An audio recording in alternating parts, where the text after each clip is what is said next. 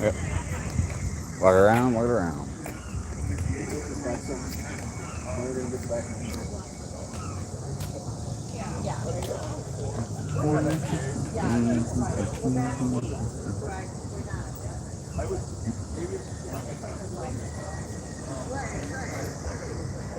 Car got the shakiest motherfucker. Do this. Can you go get my water? Yes. Like, yes, I understand. Fan's right there. Grab my 6 and a lighter. Okay.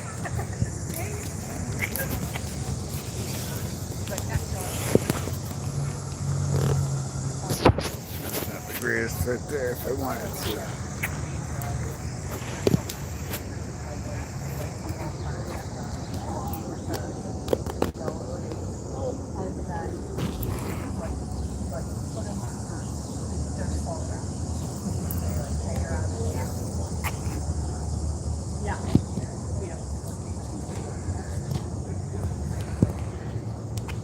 Here we go.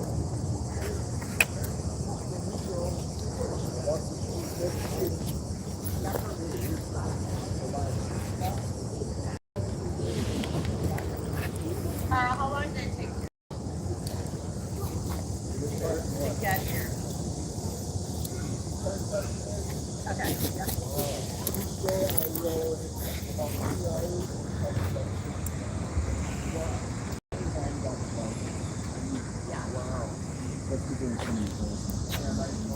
Yeah. How would you charge it? I still get home. Oh, you go home. Started in the same Go spot. back to where I left off. Yeah. Yeah, we were. It gets really hard when I originally, go through Access, my boss reached out. Yeah, that's Takes like an when you hour gotta and a go half far. just to get my spot that I started. Right. Then I ride for 3 hours, and then I gotta ride. Yeah, I mean, like you do the whole day. Yeah. Because I added 15 miles to the whole thing. That makes It's so much really- more sense. Oh my It's a gosh, commitment. like, It's a logistically. silly ass adventure. Well, I don't know. I don't think people are trying to Is that- get camera guys. Yeah. Yeah. Our issues. Exactly. Yours is a little bit better than mine. Silly as it seems. It's definitely a lot easier though. Still get the angles. I still capture the moments in the right way, you know? Honestly, it's probably just as good as this camera at this point. Right? That and just, yeah. Yeah, honestly, yeah, man. That one's just like, I mean, it just does the leveling. Like, you just don't hold it, right? Yeah. It's just steady. Yeah, exactly. Yeah, it's cool for that. Right? Like on the skateboard, man, that's fucking cool. That, you know what I mean? A lot, yeah. It's just I tried it on a bike first, and that was like a little a harder. hazard. Yeah. Carl did Yeah, all I the suppose, yeah. supportiveness. Off the wheels a little bit harder. You know what I mean? Like, Let's do a latency test. All right, 1, 2, 3, 4. Oh, we're only 4 seconds behind real time. yeah. Nice. I was gonna say this live is stream, everyone. on live that. So.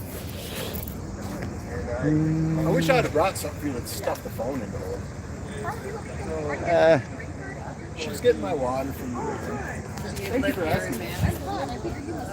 My lips are a tough part. Yeah. The kids call it cotton. What's that? Yeah, about that's what you're doing. You're learning about. Oh, yeah, I don't want a mouthful of peanut butter. How you doing? Good. What's your name? Gary Stewart. Oh, Gary, yeah. This lady.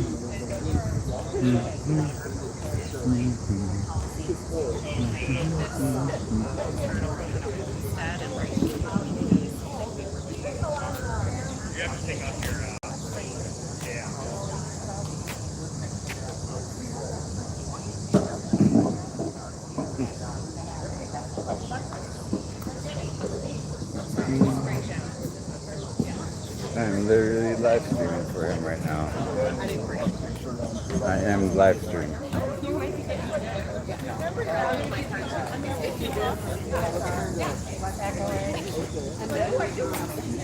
We don't want anybody to be down.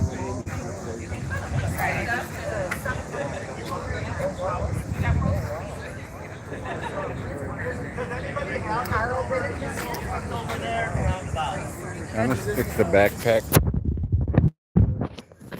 Put the lighter in with the cigarette. The silver vehicle in the roundabout belongs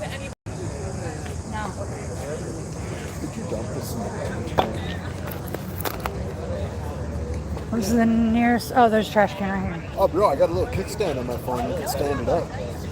I saw that. It just. And If you want like an extra, use the cigarette pack to bump it up a touch. we're cool. We're cool. I said I set it down It's all for a good. sec. We're here. 7 minutes. Yep, I got clock. I'm on it. Where's Tony? Is he back?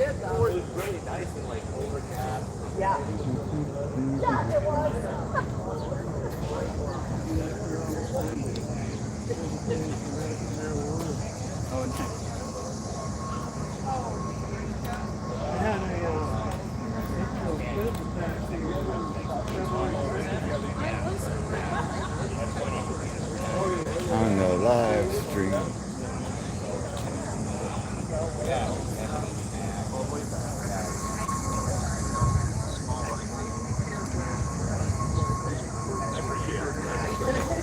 Trying to grow.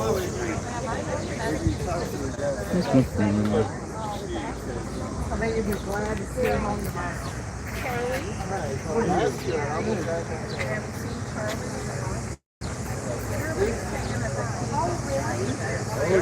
I see her playing, I think, and he was Carl in the band. Yes. Nice. I've been wanting. We've been I didn't want me to, but I'll buy him a pack. In his backpack. Honor. Good. I don't feel so bad.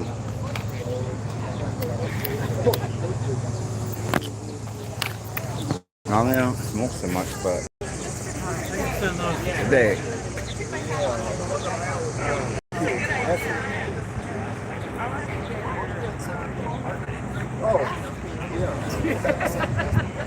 That's still. I'm pretty blind. I'll text this to her later. I could send it to you. Well, she's been doing this work for 40 years. Superstar. She is. She is. She's one of my Blush. I'm driving with this one. I think I don't prefer when I'm going this way because I can hold it. Yeah, right. When I'm leaving this way, I'm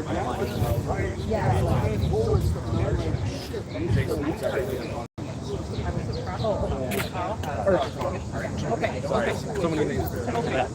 Well, he'll be doing this first.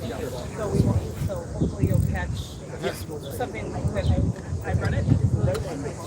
So you be good. I think it's about Okay. People have it that way. Yeah. I just wanted to let you guys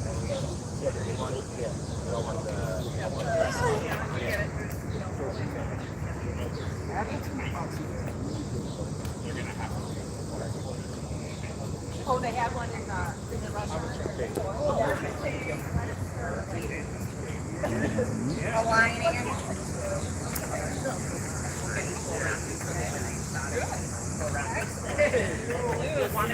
6 people watching. Thanks for coming. Which part? You okay parking on this? You guys be okay down here? I just noticed that. Says tell me where to go.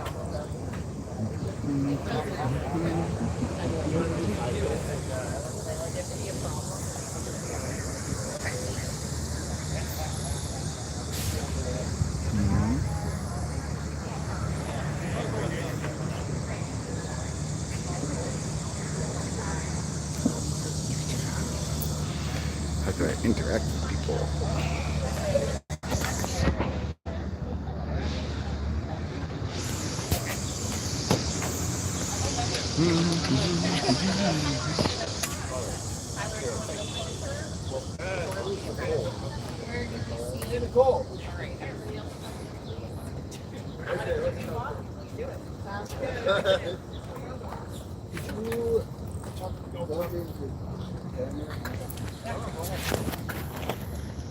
Like right there? Yep. You kind of got to be close enough. Oh yeah, I got some speakers right there. Can you guys hear me out of the speakers? Okay, good. Long one.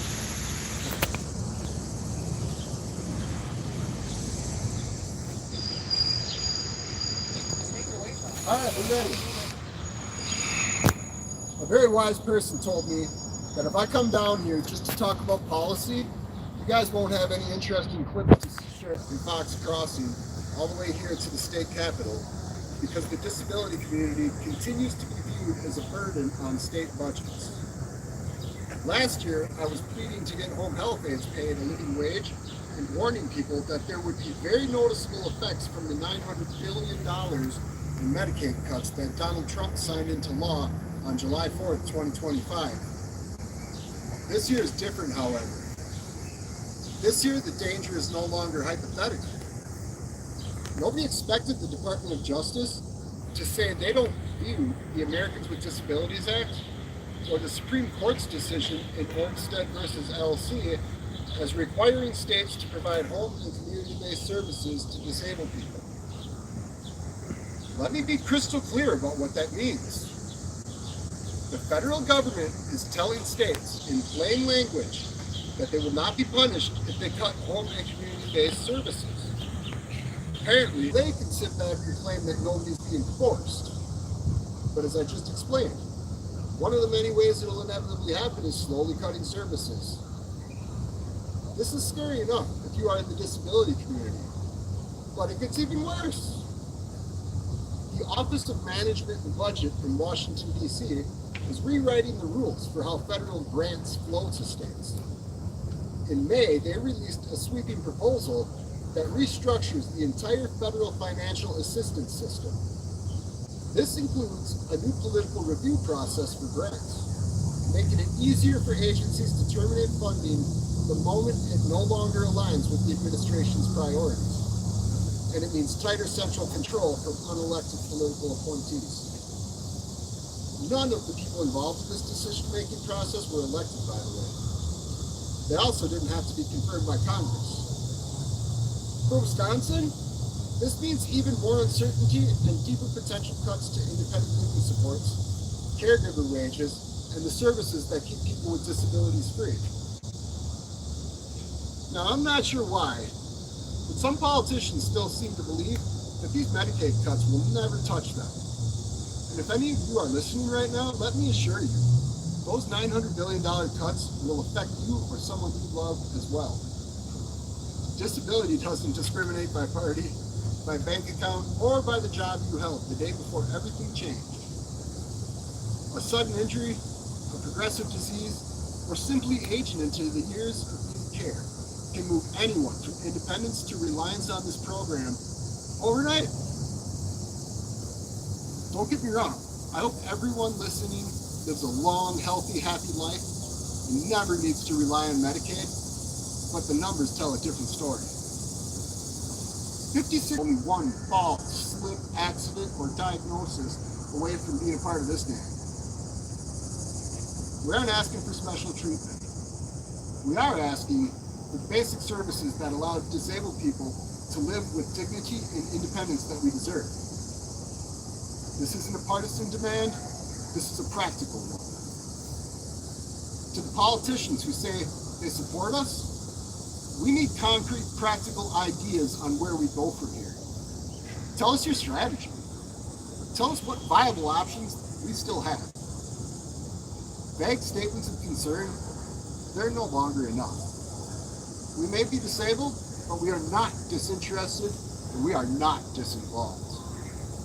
We read the legislation that affects us. We make the phone calls. We mail the letters. We send the emails. We are watching, we are organizing, we show up, and when we cast our ballots, we will remember exactly who treated our lives as an afterthought and who treated them as a priority.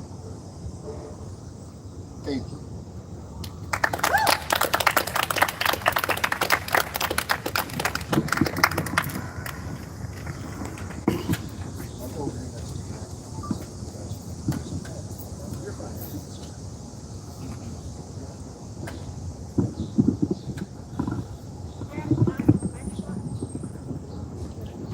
I thought it was. Thank you all so much for being here today. My name is Jason Glozier, and I'm the director of the Wisconsin Coalition of Independent Living Centers and one of the co-chairs of the Survival Coalition of Disability Organizations. We're here today to receive Carl after his journey, a journey that he shouldn't have had to make, but a journey that now is more necessary than ever. 36 years ago, the Americans with Disabilities Act was signed into law.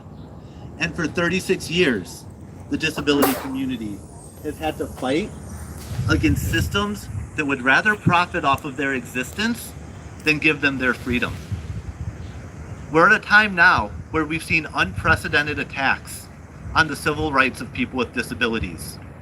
Carl mentioned two of the major ones: cuts to Medicaid and the decision by the Department of Justice not to follow its own guidance on the Olmstead decision. For decades, we've been able to count on the federal government to hold states accountable for providing civil rights to people with disabilities and ensuring their full inclusion, their freedom, and their ability to receive the blessings of liberty that are guaranteed by the Constitution. We're now seeing a constitutional crisis where politicians are putting profits before people and designing systems that work through collusion to force individuals with disabilities into costly care and treatment while taking away the services that keep them in the community. Carl, I want to say that I wish you didn't have to do this journey, but I'm so grateful that you had the courage and the dedication to do something that other people haven't done, and that's get involved. The only way that we are going to hold the decision makers in the building behind me accountable are by getting involved in the process. Not just by voting, but by showing up after we vote to ensure that they're making decisions that put people first and keep people in the community. Thank you for your contribution, Carl.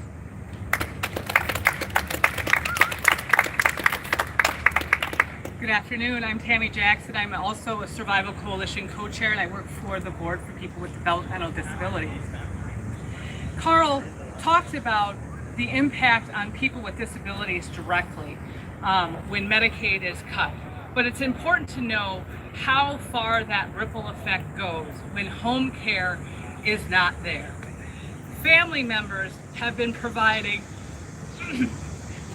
enormous amounts of uncompensated care for decades in some cases to keep people in their homes, and the states have benefited from this. The home care system we have has been built over decades, and it is a supplement to the care that family members provide.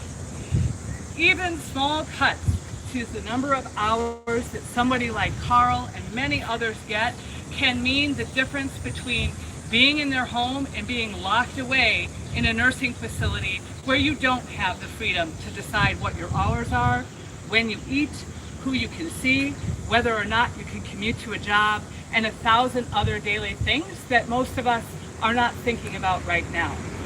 So when Carl talks about the impact of what Medicaid cuts mean and what it means for states to kind of have a free range to look at those services as optional, it also ignores how many workers in this state are paid for by Medicaid dollars.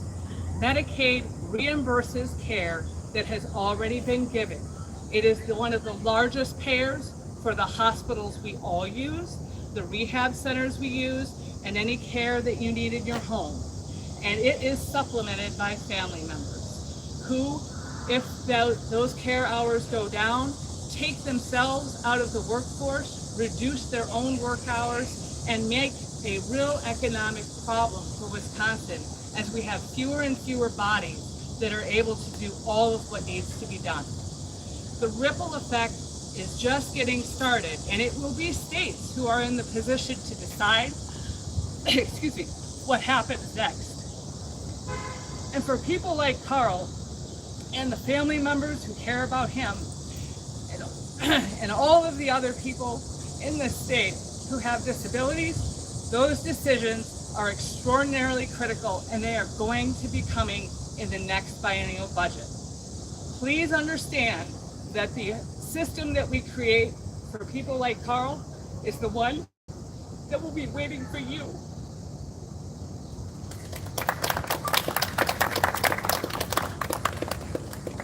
Any anyone in the group can take questions.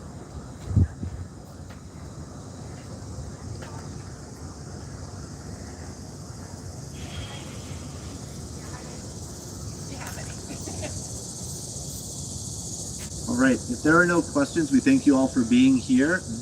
We will be around if you have follow-ups that you want with either Tammy, Carl, or myself.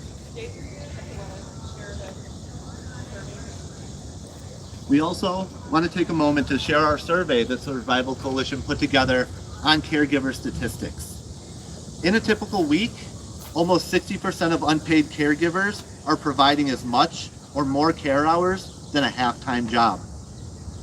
31% of caregivers are providing care more than 60 hours per week. Under any sort of labor laws, that wouldn't be fair treatment. It shouldn't be fair to expect our families to provide that care unpaid. I'll share this around with reporters who would like it. Thank you.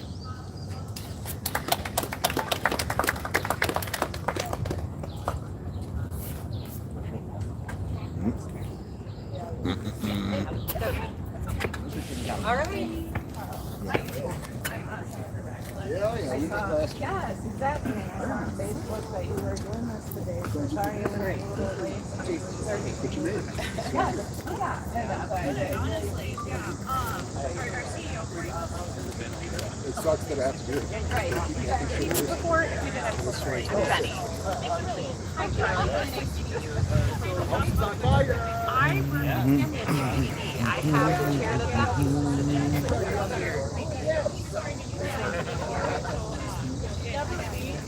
with the big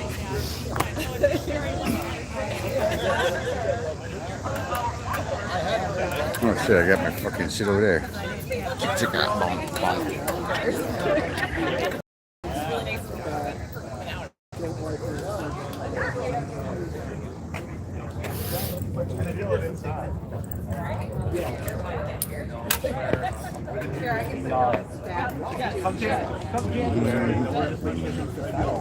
Have you guys been in contact with the group?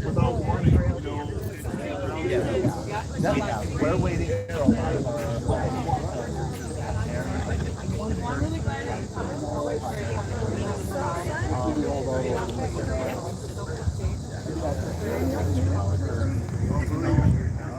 I don't know if he wants me to stay alive or not.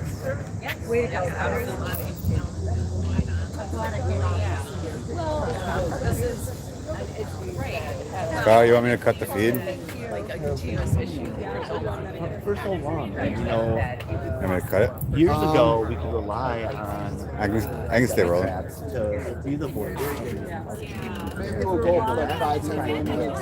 Have increasingly heard more and more Yeah, I've been doing a lot of different like that. It's not cost effective. Keeping it interesting. There's a frog here. It's a frog at the Capitol. Motherfucker that hopping around, demanding shit. I'm gonna give it to him.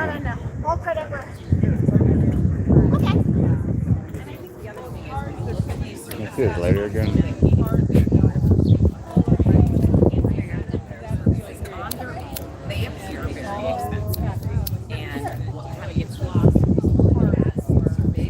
I abandoned it over there so I could film. I had my phone and I was like doing like 1 minute 30-second clips of the speech, you know. And I realized I was sending it to my mom, so every time I took a new one, I was getting rid of the old one and I was like, oh my god. I videoed the whole thing. Yeah. The whole deal. I figured someone did have it. The only thing I didn't get was when the gentleman that walked up second, when he said, thank you everyone for being here, I started it there. Yeah. Because I did small clips. I did him, and then I did them. So that way, if you guys wanted to, you guys could put the videos together or whatever. Nice. But Nice. Yeah, I'm glad you did because I thought about it like last minute and that didn't work. So. yeah, I got him. I got the videos. One's like 7 minutes long, the other ones are like 5. Nice. It's compelling information, you know what I mean? It's, Right. I had Carl the entire time. I was gonna zoom in, but I didn't. I just kind of left it with. You could see the group. The only person you couldn't see was the guy in purple. You couldn't see him Yeah. because of the angle I was at, but you could see like his hand. And then at the end, I went like this and showed everybody that was there. Nice. Yeah, we got some. I did pretty good on a live stream. There's about 4 people in here, so pretty successful.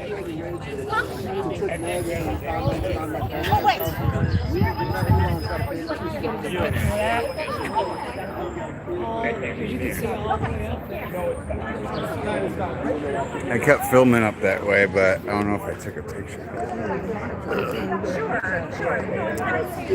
It's a beautiful building, really. I mean, Wait till you go inside. If you get to go inside, they got stained glass and places. It's really pretty. yeah. Nice. Art all over the walls. When you go into some of those, like where the judge is and stuff like that, they have to do stuff. Those very important rooms and stuff. Yeah. We got to go in there and sit in all the chairs, and then we got to go in this really small room and sit there. Nice. Take pictures and stuff. Yeah, I guess when you first said it, I was like, that's probably boring as a field trip, but at the same time, it's like you don't really get to learn and see that stuff. Right. The kids were bored. Right. Still had its educational purpose, but yeah. Ready to go to the next one. Let's go to the next one. Next one. Keep moving, something new. And then I was a chaperone too, so I wanted naughty kids with me.